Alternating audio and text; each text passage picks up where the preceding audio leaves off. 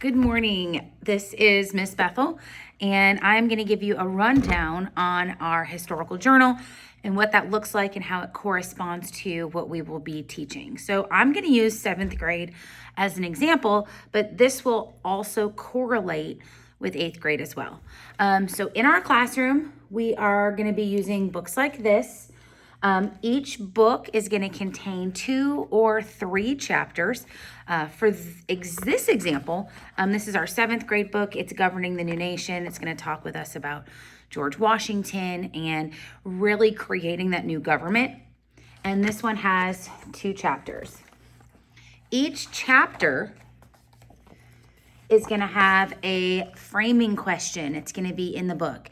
This is a reminder that the books are all on Google Classroom as well. So if you ever need another reference, you can always look at it on Google Classroom.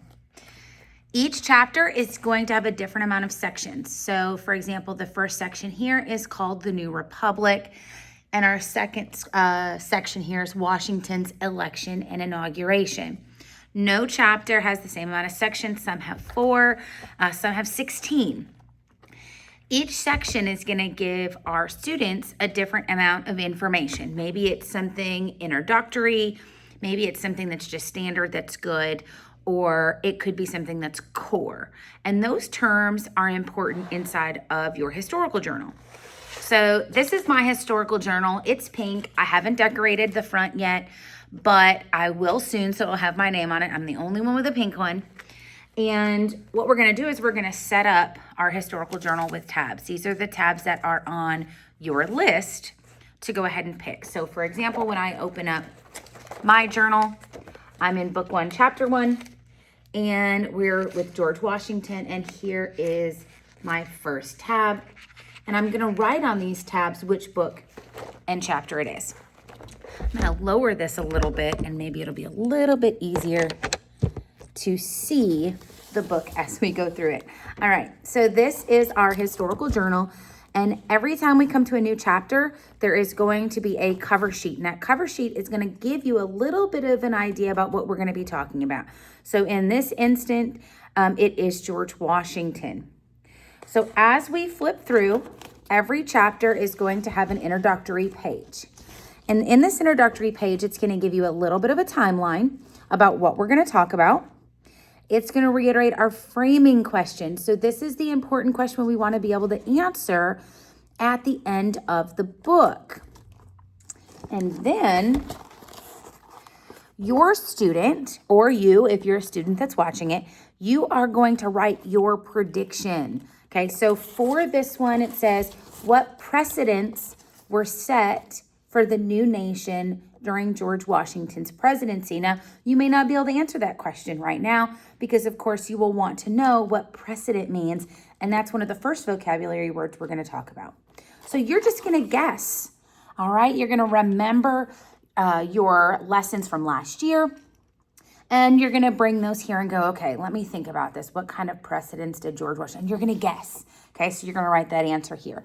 Then we're going to look at our vocabulary that we're going to talk about. So for example, chapter 1, we're talking about the Electoral College, inaugural ceremony, oath of office, precedent, diverse, domestically, debt, currency, judicial circuits, and frontier. And then you're going to write what vocabulary word you recognize right off the bat.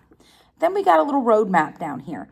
And this roadmap kind of talks about some of the things we are going to touch on. So we're going to talk about building a new nation, challenges and conflicts, and Washington's leadership. All right. Now, when we flip, we're actually going to get into what it means to be a mini lesson, a standard lesson, or a core lesson. Now, this one happens to have my key in it. So if I show it to you right now, it's going to show you all the answers. But I'm going to hop over to a different section. So this is book 1, chapter 1. And as you can see here, if I just pop over, because I haven't filled this one out yet. Same thing, book 2, chapter 1, early growth of the nation. You can see a little drawing of Lewis and Clark. So here we have a standard section. Each section is going to come with a question. So for our standard section, it's just a question about the section. Why were Americans willing to move west? despite the challenges they faced. And in a standard section, you're going to answer the question down here, but then you're going to take some notes. And notes are important. Notes are who, what, where, when, why. So we know the first section is called Moving West. So we're going to be looking at our notes for who is moving west, what is out west, okay? Where is the West? What is that considered at this time? At what time period this is, when, and why were they going, right? And we have a why question up here. Why were they willing to move west? So these notes that you take on the section will help you answer this question. So that's a standard section, okay? A mini section is one of a smaller, maybe a paragraph or two sections that just a little bit of important information. So we're going to write 2 or 3 facts that we talk about here in class. And then you're going to draw me something that goes along with it. So this section's called the Wilderness Road. All right. So maybe you're going to draw a road in here. Maybe you draw a little bit of a map. Okay. We're going to talk about Daniel Boone. Okay. So maybe you draw me what he thinks. And then we have a little section. It happens to be one of my favorites on our mini section. It says, spilling the tea since 1773. Tell me about something about you or what's happening in your world. So you can tell me, hey, I love this class, or man, I'm really struggling here. Can you help me? Okay. If you're not comfortable with coming to tell me something, this is a great way to do it. Or you can tell me, hey, I'm really excited. We are going to the beach this weekend. Okay, so this is a great way to connect with me and let me know what you're happy about, what you're struggling with, or just anything in between. Now, our next sections are called core sections. Okay, and they have a little bit more going on.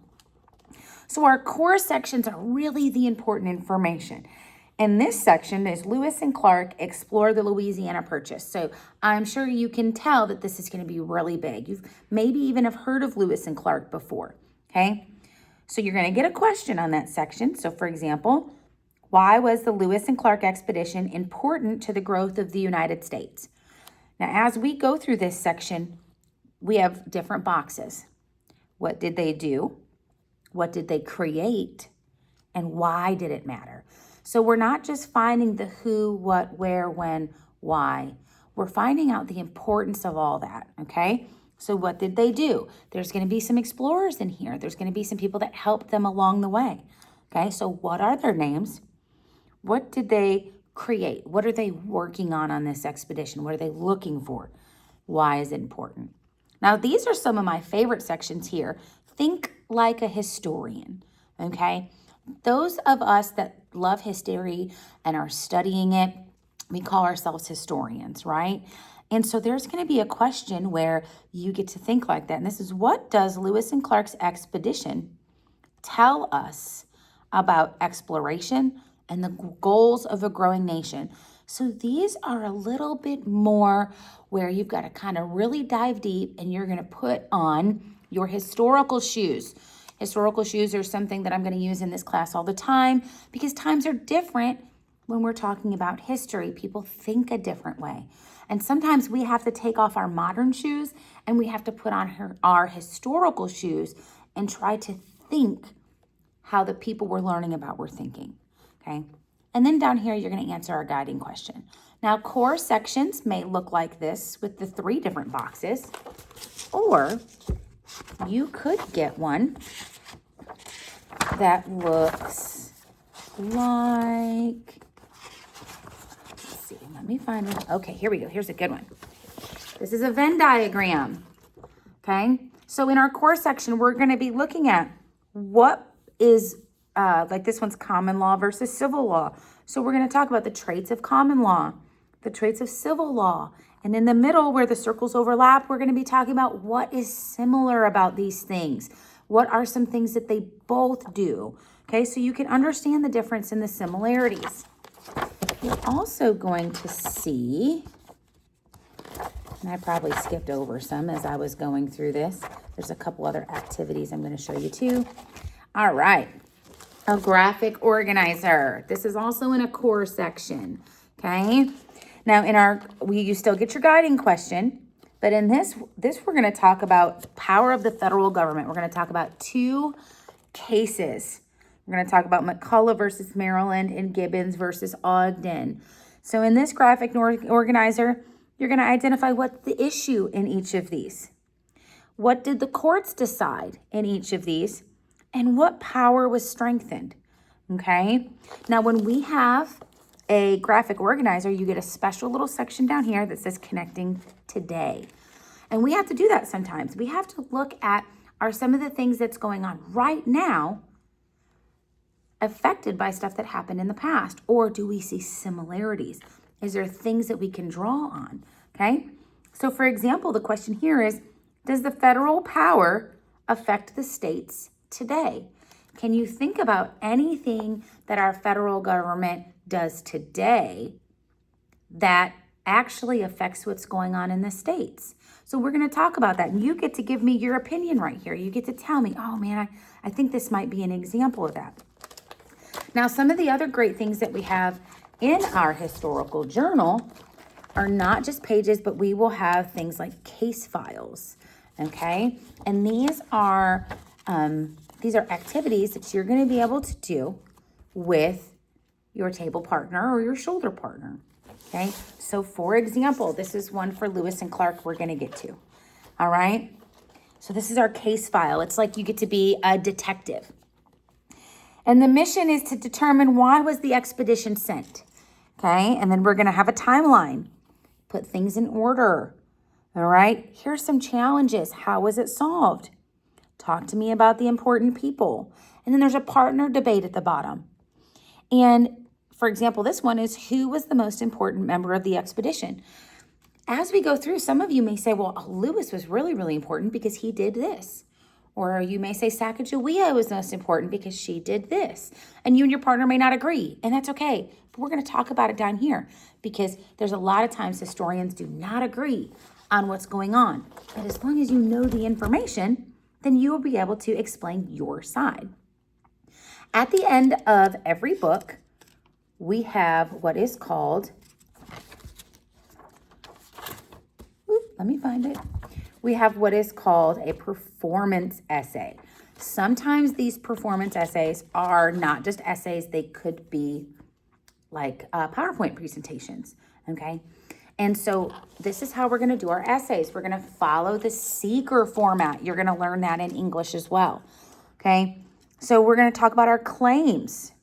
You're gonna be able to list your reasons here for why you're picking these claims. What is your evidence? Explain why this evidence supports your claims. Know the other side. What might somebody argue about? What might be the opposite idea? And then ending strong. Then you get to take all of these sentences that you've wrote down and you get to put them here. You then get to bring this to class on essay day, and you get to copy everything that you wrote in your book right into the assignment on Google Classroom. Okay, so you can start working on your performance essay even before we get to performance essay day. So it's always good to review this. Another thing that we're going to have in your journal is in the back, and it is our American History Museum project planning. Okay, as we go through, you might find that there's some really awesome topics that you are like, oh, wow, we learned about the cotton gin. I think I want to build one of those. So for our American History Museum project, you are going to build with a partner or yourself a museum exhibit. Okay, so that could be a battlefield planning. Last year we had bows and arrows. We had giant skyscrapers that were on fire. We had a rocket that was in 8th grade. It was amazing. But one of the things that we noticed is that, man, towards the end of the year, sometimes it can be tough finding the things that you really found interesting. So you can start putting that information here. Okay, your final topic, you'll approve that with me. And you'll get your parent to sign this. This won't be till the end of the 3rd quarter. So you've got time. And then you can start planning it here. Why did you choose the topic? Why is it important? How am I going to display this? Start thinking about how you're going to make it. Okay. What's it going to be titled? What do I want my visitors to learn about it? You're going to sketch it out. Now, every museum exhibit needs a placard.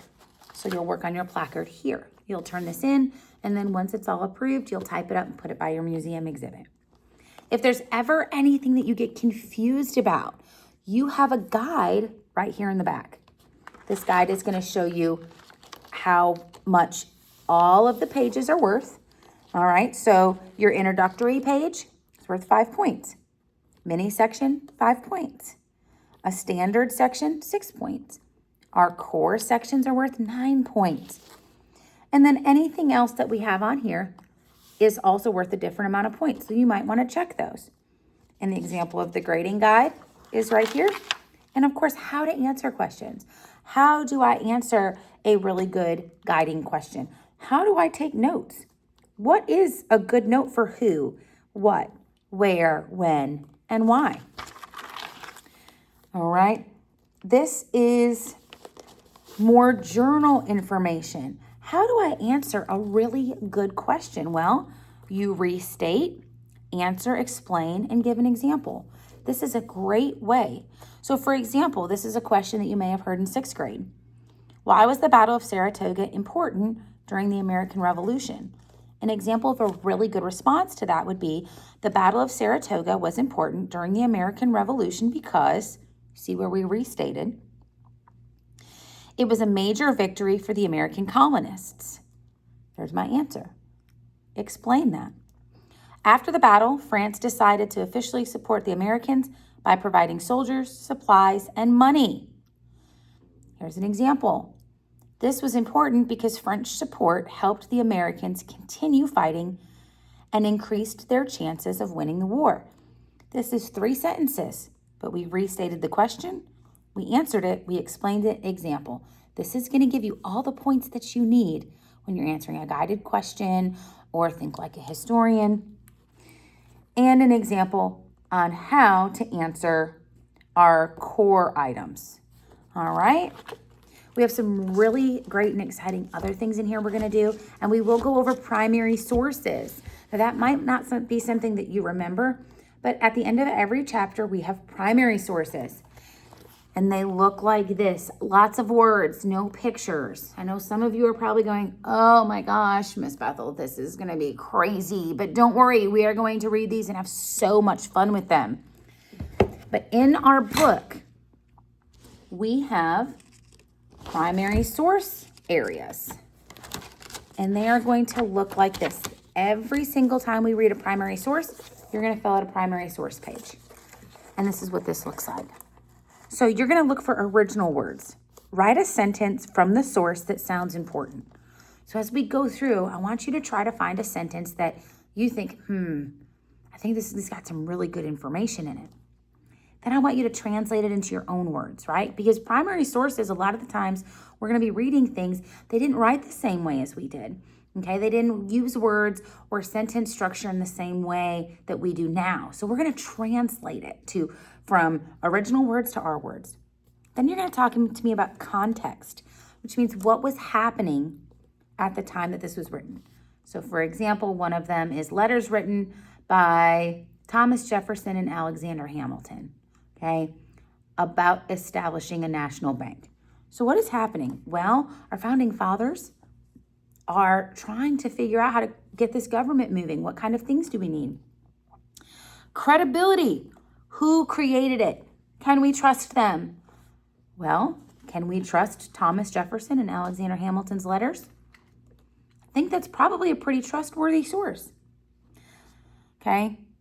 Cooperation. Have you learned about anyone else that feels the same? So now we're going to think about, okay, this is a letter from Thomas Jefferson. Did we read anything about anybody else that might be on Thomas Jefferson's side or Alexander Hamilton's side? Cause and effect. Well, most of the time, people are writing a letter because of something, right? So what is causing Thomas Jefferson and Alexander Hamilton to write these letters?